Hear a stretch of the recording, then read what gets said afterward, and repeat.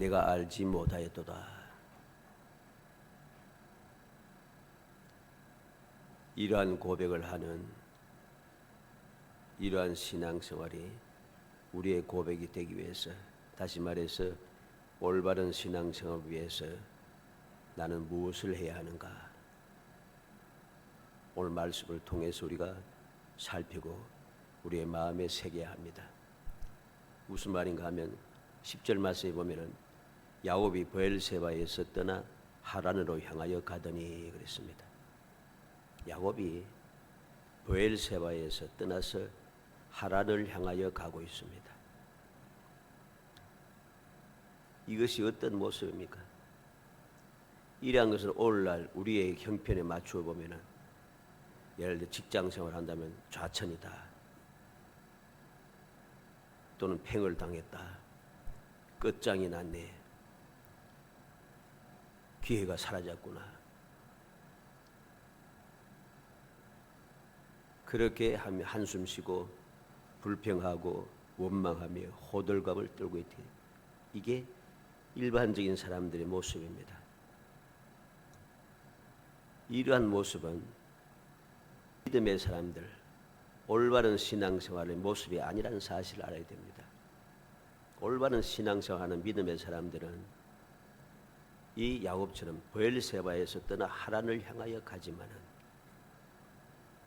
그것이 막막하고 슬프고 외롭고 고통스럽고 답답하고 언제 내가 돌아올지, 앞으로 무슨 일이 생길지 근심 걱정하거나 두려워하거나 하는 이러한 마음가짐을 가져서는 안 된다는 소리입니다.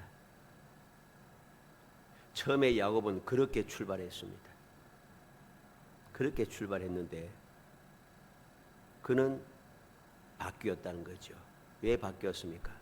알지 못하였도다. 내가 알지 못하였도다. 다른 말로 하면 내가 알았도다, 이 말이죠. 이제까지 몰랐던 것을 내가 알게 되었다는 것입니다. 알게 되고부터서는 그 삶이 달라지는 거죠. 이제까지 그는 아브라함의 하나님, 이삭의 하나님이 나의 하나님인 줄을 몰랐습니다. 그냥 할아버지 아브라함의 하나님. 그래서 아브라함의 하나님께서 아브라함과 함께 하셨고, 아버지 이삭의 하나님, 이삭의 하나님께서 이삭과 함께 하시고, 근데 나는 그 함께 하시는 하나님을 떠나서 이제까지 생각지도 못했던, 알지도 못했던, 어딘지도 모른 하란을 향하여 가게 되었다. 어떻습니까? 전혀 희망적이지 않아요. 즐겁지가 않아요. 괴로울 수밖에 없습니다. 막막할 수밖에 없습니다. 그런데 바로 이 길에서 야곱은 놀라운 사실을 깨닫게 됩니다. 아브라함의 하나님, 이삭의 하나님이 나의 하나님이신 것을 알았다는 것입니다. 그 순간부터 그는 완전히 변하여 새 사람이 되었습니다. 그의 믿음은 온전해졌습니다. 단순하게 아브라함의 하나님, 이삭의 하나님이었는데 이제는 나의 하나님이 되는 것이죠. 그의 삶의 방식이 달라졌습니다. 그의 신앙생활은 점점점 올바라지기 시작했습니다. 이전에는 문제가 많았지 않습니까? 오늘 이 말씀을 통해서 우리는 야곱의 행동을 교훈 삼아 온전한 믿음으로 당당하게 하나님께서 나를 위해서 예비해 놓으신 그 모든 것들, 그것이 지식이든지 또는 나의 환경이든지 나의 어떤 상황이든지 또 내 주위의 사람이든지 또 내게 약속된 복이든지 또 내가 무엇을 보든지 내가 볼 시선, 다른 사람이 못 보는 것을 보는, 어쨌든 모든 것을 찾아서 내 것으로 만들어가는, 그래서 온전한 믿음, 올바른 신앙생활을 하여서 행복한 사람이 되기를 주의 이름으로 축복합니다. 우리는 항상 명심해야 됩니다. 야곱의 고백을 우리는 잘 봐야 됩니다. 알지 못하였도다. 무엇을 알지 못했는가? 알지 못한 것이 무엇인지를 알아야 돼요. 단순하게 그냥 몰랐다. 뭐 우리가 이 베델에서 일어났던, 이 루스 땅에서 일어났던 하나님께 찾아오시고 하는 그 역사에 대해서 알고 있잖아요. 근데 단순하게 그냥 알고만 있으면 아무 소용이 없는 겁니다. 그건 아는 것이 아니죠. 정말 아는 것은 내가 알고 있는 것을 삶 속에서 실행하는 것입니다. 삶 속에서 실행하여서 내가 그것을 내 것으로 만들어서 경험하며 살아가는 것입니다. 이게 아는 거죠. 예수는 나의 구세주다. 하나님은 나의 아버지시다. 성경은 하나님의 말씀이다. 아무리 안다고 말해봐야 소용없습니다. 왜? 아는데 하나도 실천 안 하잖아요. 그게 무슨 소용이 있겠어요? 그건 아는 게 아닙니다. 정말로 알고 있으면은 예수님께서 나의 구세주임을 믿으면은 오늘도 보좌 앞에 나를 위해서 기도하심을 믿으면은 두려워할 게 없는 거죠. 어떤 문제가 생겨도 원망이 될 일이 없습니다. 왜 하나님 주님께서 나를 위해서 지금도 기도하고 계시는데 무엇이 걱정이 됩니까? 아버지 하나님의 사랑을 알고 있으면은 하나님께서 나의 아버지심을 믿는다면은 무슨 문제가 있겠어요? 믿지 않으니까 문제가 되는 거죠. 하나님 성경 말씀이 하나님의 말씀이고 내게 주어진 약속의 말씀이라는 것을 믿으면은 무슨 문제가 있겠어요? 아무리 힘든 시간, 한 번도 겪어보지 못한 일, 한 번도 가보지 못한 일, 한 번도 해보지 못한 일, 한 번도 배워보지 못했던 일, 한 번도 만나보지 못했던 사람, 그게 무슨 소용이 있겠어요? 약속의 말씀을 통해서 모든 것들이 다 교훈으로 우리에게 주어져 있는데 무슨 문제가 있습니까? 그런데 왜 우리는 문제를 가지면서 불평하고 원망하고 그렇게 불신앙적인 삶을 살고 있습니까? 하나님의 말씀이라 하지만은 하나님의 말씀이라고 실제는 안 믿는 거죠. 말한다고 해서 이거 하나님의 말씀이다 이야기한다고 해서 그게 다 아는 게 아니에요. 진짜 아는 것은 믿고 행해야 되는 것입니다.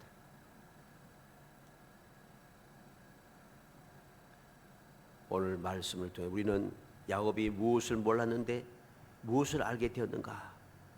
첫째로 여호와께서 언제 어디서나 함께 하시는 것을 그는 몰랐습니다. 근데 이제 알았어요. 15절에 내가 너와 함께해서 내가 어디로 가든지 너를 지키며 너를 이끌어 이 땅으로 돌아오게 할지라 내가 내게 허락한 것을 다 이루기까지 너를 떠나지 아니하리라 하신지라.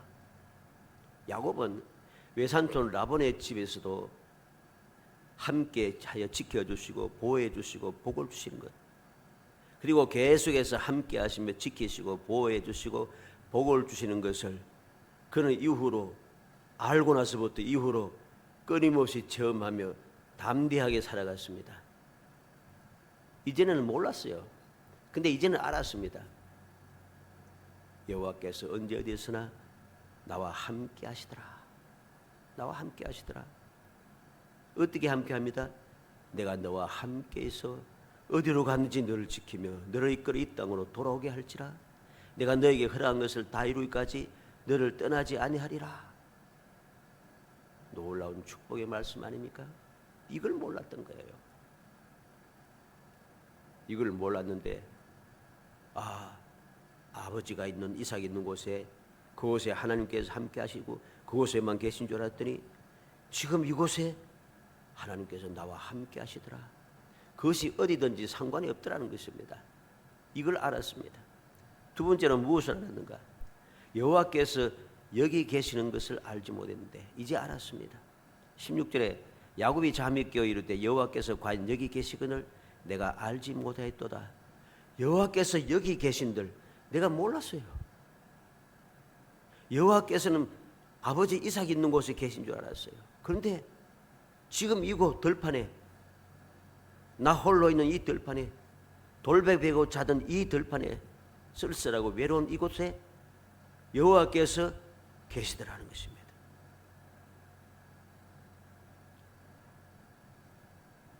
이 놀라운 사실 그는 몰랐다가 알게 되었습니다. 어떻게 알았어요? 경험을 통해서 하나님께서 찾아오셔서 함께 하신 것을 보고 알았어요. 그러니까 말만 듣고 배워서 아는 지식과는 다르다는 것입니다.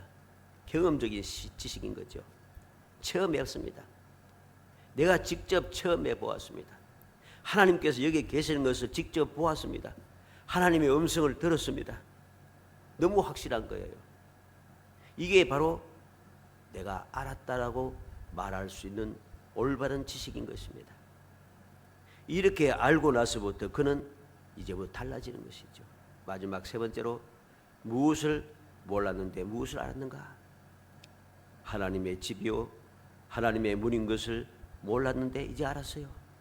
17절에 이에 두려워하여 이르되 두렵도다 이곳이요 이것은 다름 아닌 하나님의 집이요 이는 하늘의 문이로다 그랬습니다. 19절에 그곳 이름을 베델이라 하였더라 이 성의 옛 이름은 루스더라. 무엇을 알았습니까? 내가 있는 지금 이 땅이 루스인 줄 알았는데 알고 보니 베델이더라. 달라지지 않았어요? 루스인 줄 알았는데 베델이라. 그래서 다른 사람들은 어떻게 부르든지 상관이 없습니다. 그래서 지금부터 이곳이 하나님의 집이고 문인 것을 알고 나서부터 이때부터 그는 이 땅을 루스라 부르지 않고 베델이라 부르기 시작합니다.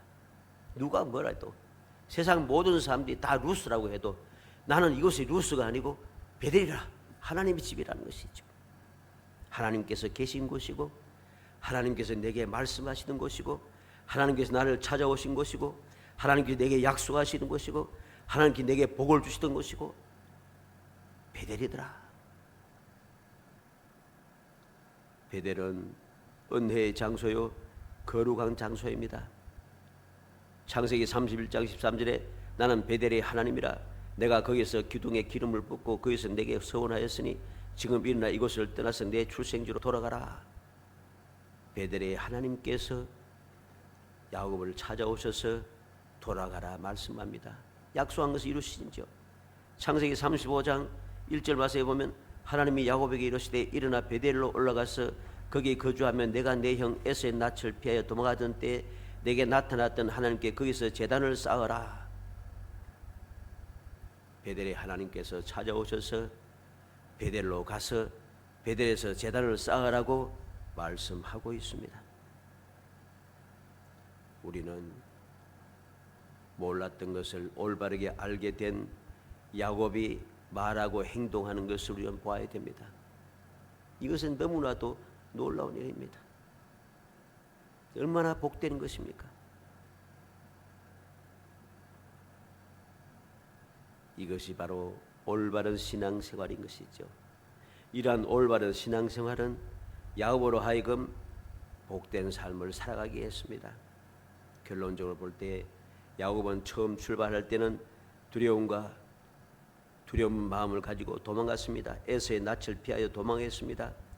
그리고 막연한 뿐이었지만은 모든 것을 알고 난 후부터 가는 길이 즐겁고 행복하고 신나고 기대가 되었습니다. 그래서 그는 외삼촌이 사는 동네에 도착해서는 당당하게 곳에 있는 처음 보는 사람에게 묻고 있습니다. 라반을 아느냐? 너희가 라반을 아느냐? 처음 보는 사람에게 라반을 아느냐 묻고 있어요. 생전 처음 보는 라헬을 붙잡고 입을 맞추고 내가 리브가의 아들이다 그럽니다. 당당하게 말합니다. 나는 언제나 일가를 이루겠습니까? 왼손 라반에게 당당하게 말합니다. 그리고 하나님의 약속대로 모든 것을 이루고 약속의 땅으로 출발하게 된 것이죠. 야곱은 이 사실을 알고 나서부터 성격은 그대로지만은 삶의 방식이 바뀌었습니다. 전에는 속이고 두려워하고 숨고 은밀하게 행하였지만은 이후부터 그는 당당하게 속이지 않고 숨기지 않고 사기치지 않았습니다. 당당하게 그는 신풍나무와 버드나무를 모든 사람들이 모여드는 그 샘 곁에 그 나무를 세웠습니다. 그리고 튼튼하고 좋은 양과 염소들이 있을 때만 모든 사람들이 다 보는 데서 사용했습니다. 숨기지 않아요. 당당해졌습니다. 그렇게 그는 당당하게 외삼촌이 아무리 끊임없이 계속해서 약속을 어기고 또 어겨도 그는 하나님의 약속의 말씀대로 주님을 믿고 의지하며 살아가므로 항상 당당하게 행동하고 당당하게 행동하는 그 삶 속에 하나님께서 그에게 복을 주셔서 좋은 것은 야곱의 것이 되고 좋지 않은 것은 라반의 것이 되었다. 그렇게 성경은 기록하고 있습니다. 놀라운 이야기죠. 우리는 이 놀라운 사실을 기억하겠습니다. 그래서 베델의 그 놀라운 믿음, 베델의 신앙생활을 모든 것을 루스를 베델로 만드는 그러한 믿음, 그러한 신앙생활을 하기 위해서 힘쓰고 애써야 됩니다. 그런데 우리는 그렇게 살지 못했죠. 야곱의 후손들도 그렇게 제대로 살지 못했습니다. 이 베델은 은혜의 장소요, 거룩한 장소요, 축복의 장소였는데 그 후손들은 이 복된 장소를 저주의 장소로 바꾸어 버렸습니다. 변질시켰다는 소리죠. 열왕기상 12장 29절에 하나는 베델에 두고 하나는 단에 둔지라. 여로보암이 이 베델에 하나님을 섬기는 장소고 은혜의 장소고 축복의 장소인 이곳을, 하나님의 성막이 있던 이곳을 금송아지를 세운 장소로 만들어 버렸습니다. 이때부터 문제가 발생했습니다. 예레미야 48장 13절에 이스라엘 집이 베델을 의뢰함으로 수치를 당한 것 같이 모압이 그못으로 말미암아 수치를 당하리라. 이스라엘 집이 베델을 의뢰함으로 수치를 당했다 그랬습니다. 베델을 의뢰해서 무엇입니까? 베델에 있는 금송아지를 의뢰했다는 것이죠. 호세아 10장 15절에 너희의 큰 악으로 말미암아 베델이 이같이 너에게 행하리니 이스라엘 왕이 새벽에 정령 망하리로다. 큰 악으로 말미암아 베델이 이같이 너에게 행하리니 얼마나 했습니까? 이제 망하게 된다는 것이죠.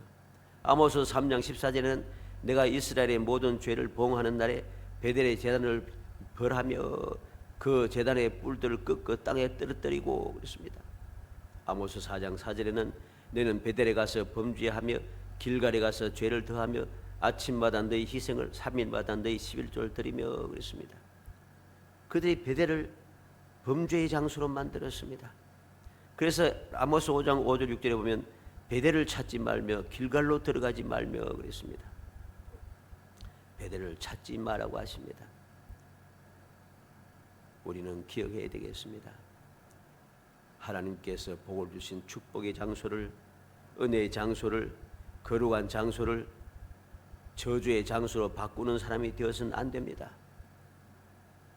우리 그것은 올바른 신앙생활이 아니라는 사실입니다. 온전한 믿음, 올바른 신앙생활은 언제 어디서나 하나님께서 함께 하시고 인도하시고 보호하시고 공급하시고 돌봐주심을 조금 더 의심하지 않고 믿는 것입니다. 그래서 근심, 걱정, 두려움이 없는 삶, 항상 담대하고 기뻐하고 즐거워하며 행복한 삶, 그리고 감사 찬송이 끊이지 않는 삶을 살아가는 것, 이게 온전한 믿음이고 올바른 신앙생활인 것입니다. 이 모든 것들은 바로 올바른 믿음의 사람들은 항상 그렇게 살았어요. 우리는 다윗이 어땠습니까? 다윗의 그 모든 신앙생활에 대해서 여러 가지 자기의 은혜에 대해서 노래한 내용들이 많습니다만은 시편 23편 1절 6절에 보면은 다윗이 하나님을 섬기고 하나님과 함께함으로 누렸던 기이한 복에 대해서 그는 감사 찬송하고 있습니다. 여호와는 나의 목자신 내게 부족함이 없으리로다. 그 나를 푸른 풀밭에 누이시며 쉴만한 물가로 인도하시는도다. 내 영혼을 소생시키시고 자기 이름을 위하여 의의 길로 인도하시는도다.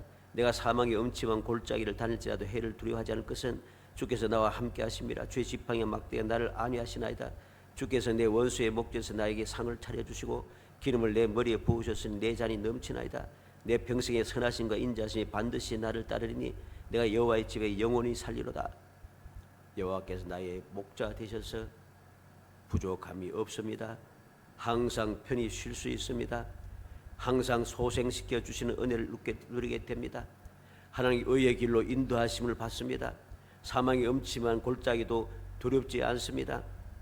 주님께서 나와 함께 하심으로 원수들을 이겨내고 원수 앞에서 상을 차려 주십니다.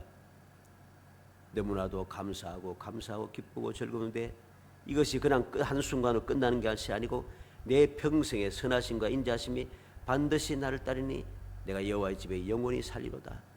하나님의 이 놀라운 은혜가 평생에 나와 함께 한다는 것이죠. 예레미야가 3장 19절로 22절에 보면 내 고초와 재난 곧 쑥과 담즙을 기억하소서. 내 마음이 그것을 기억하고 내가 낙심이 되오나 이것을 내가 내 마음에 담아두었더니 그것이 오히려 나의 소망이 되어서오면 여호와의 인자와 긍휼이 무궁하심으로 우리가 진멸되지 아니함이니이다. 고초와 재난 쑥과 담즙을 생각하면 생각할수록 너무나도 절망적이지만은 그것을 내 마음에 딱 담아두고 생각하고 또 생각하니까 이게 소망이더라는 것이죠. 왜? 하나님의 인자와 긍휼이 무궁한 것을 알았다는 것입니다. 다니엘 6장 10절에 다니엘이 이 조스의 왕의 도장이 찍힌 것을 알고도 자기 집에 돌아가서는 윗방에 올라가 예루살렘을 향한 창문을 열고 전에 하던 대로 하루 3번씩 무릎을 꿇고 기도하며 그의 하나님께 감사하였더라. 기도하면은 사자굴에 들어갈 것을 알면서도 그는 두렵지 않아요. 왜?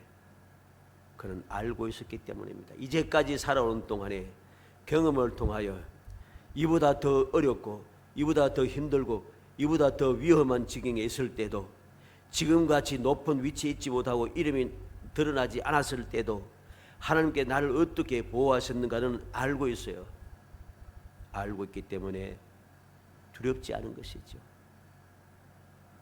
하박국 3장 17절 18절에 비록 무화과 나무가 무성하지 못하며 포도나무에 열매가 없으며 감람나무에 소출이 없으며 밭에 먹을 것이 없으며 우리의 양이 없으며 외양간에 소가 없을지라도 나는 여호와로 말미암아 즐거워하며 나의 구원의 하나님으로 말미암아 기뻐하리로다. 아무것도 없는데 선지자는 즐겁다고 합니다.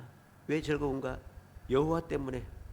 여호와의 이름 한 번만 생각하면은 너무 행복하다는 것이죠. 우리는 이 놀라운 사실을 기억해야 되겠습니다. 내가 어디에 있든지 내가 어떤 사람이든지 아무 상관없습니다. 우리는 예수님께서 말씀해 주신 사렙다의 과부와 아람의 나아만에 대해서 우리는 생각해야 됩니다. 누가복음 4장 25절로 27절에 내가 참으로 너에게 이르노니 엘리야 시대에 하늘이 3년 6개월간 닫히고 온 땅에 큰 흉년이 들었을 때에 이스라엘에 많은 과부가 있었을 때 엘리야가 그 중 한 사람에게도 보내심을 받지 않고 오직 시돈 땅에 있는 사렙다의 한 과부에게 뿐이었으며 또 선지자 엘리사 때 이스라엘에 많은 나병 환자가 있었을 때 그 중에 한 사람도 깨끗함을 얻지 못하고 오직 수리아 사람 나아만 뿐이었느니라. 장소 불문입니다. 민족 불문입니다.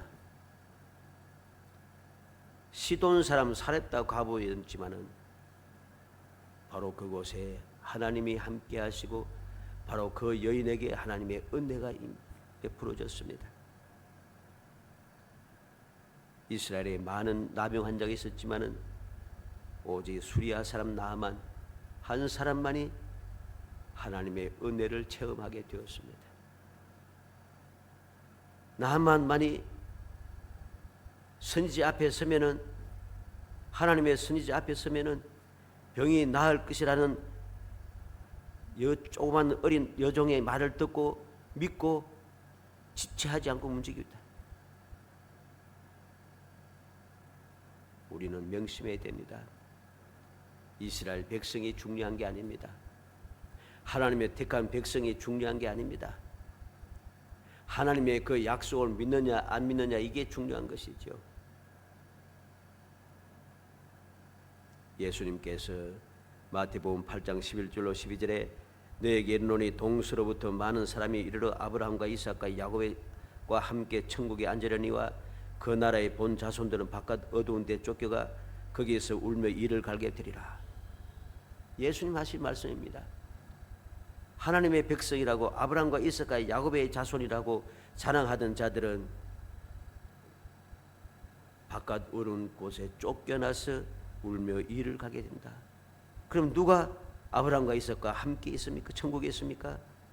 동서로부터 많은 사람이 이르러 이방 사람들이란 것이죠. 이방 사람 누구? 예수를 믿는 모든 사람들. 우리는 명심해야 됩니다. 하나님의 백성 아브라함과 이삭과 야곱의 자손, 이게 중요한 게 아니고 아브라함과 이삭과 야곱의 믿음을 가지고 신앙생활을 하는 그 사람이 중요한 것입니다. 간절히 소원하기는 우리 모든 성도들이 이 야곱과 같은 이런 상황, 브엘세바를 떠나 하나님을 향하여 가더니 내가 이제까지 한 번도 생각지 못했고 경험하지 못했고 상상도 하지 못했던 그런 일을 만났을 때에 나는 어떻게 해야만이 그 모든 것을 이겨내고 그곳에서 하나님 약속하신 복을 받아 누리는 축복의 사람, 행복한 사람이 될 수 있을 것인가? 어떻게 하면 올바른 신앙생활을 하여 올바른 신앙생활을 할 때 주어지는 하나님의 약속을 받아 누릴 수 있을까? 야곱이 고백하는 이 고백을 통하여 우리는 마음의 교훈을 받고 마음에 새겨두어야 합니다. 그리고 그 행동을 우리는 믿고 행동으로 움직여 가야 됩니다. 그럴 때에 이곳이 루스인 줄 알았더니 베델이 되고 나 혼자 있는 줄 알았더니 하나님께서 함께 하시고 나는 이제 앞으로 어떻게 될지 모를 줄 알았더니 하나님께서 영원 불변한 약속을 주셔서 너에게 약속한 것을 다 이루기까지 너를 떠나지 않겠다. 하나님의 약속을 받게 된다는 것입니다. 우리 모든 성도들이 바로 이 약속을 받아 누리는, 그래서 야곱처럼 내가 몰랐다가 이제 직접 체험하여 알았던 것을 영원히 누리며 살아가는, 그래서 후손들에게 이 놀라운, 내가 알았던 이 놀라운 행복한 것을 후손들에게 물려줄 줄 아는 정말 행복한 성도이 되시기를 주의 이름으로 축복합니다. 은혜 감사합니다. 사랑하여 주셔서 택하여 주시고 택한 저희들 하여금 주님의 은혜와 사랑을 생각하게 하심을 감사합니다. 이제까지 몰랐던 것을 알게 하심을 감사합니다. 간절히 소원합니다. 그냥 알지도 못하고 안다고 거짓말하면서 그 말씀대로 살지 아니하고 또 끊임없이 원망하고 하나님께 영광 돌리지 못하는 괴악한 삶을 살아가는 어리석은 사람이 되지 않도록 성령께서 도와주시기를 원합니다.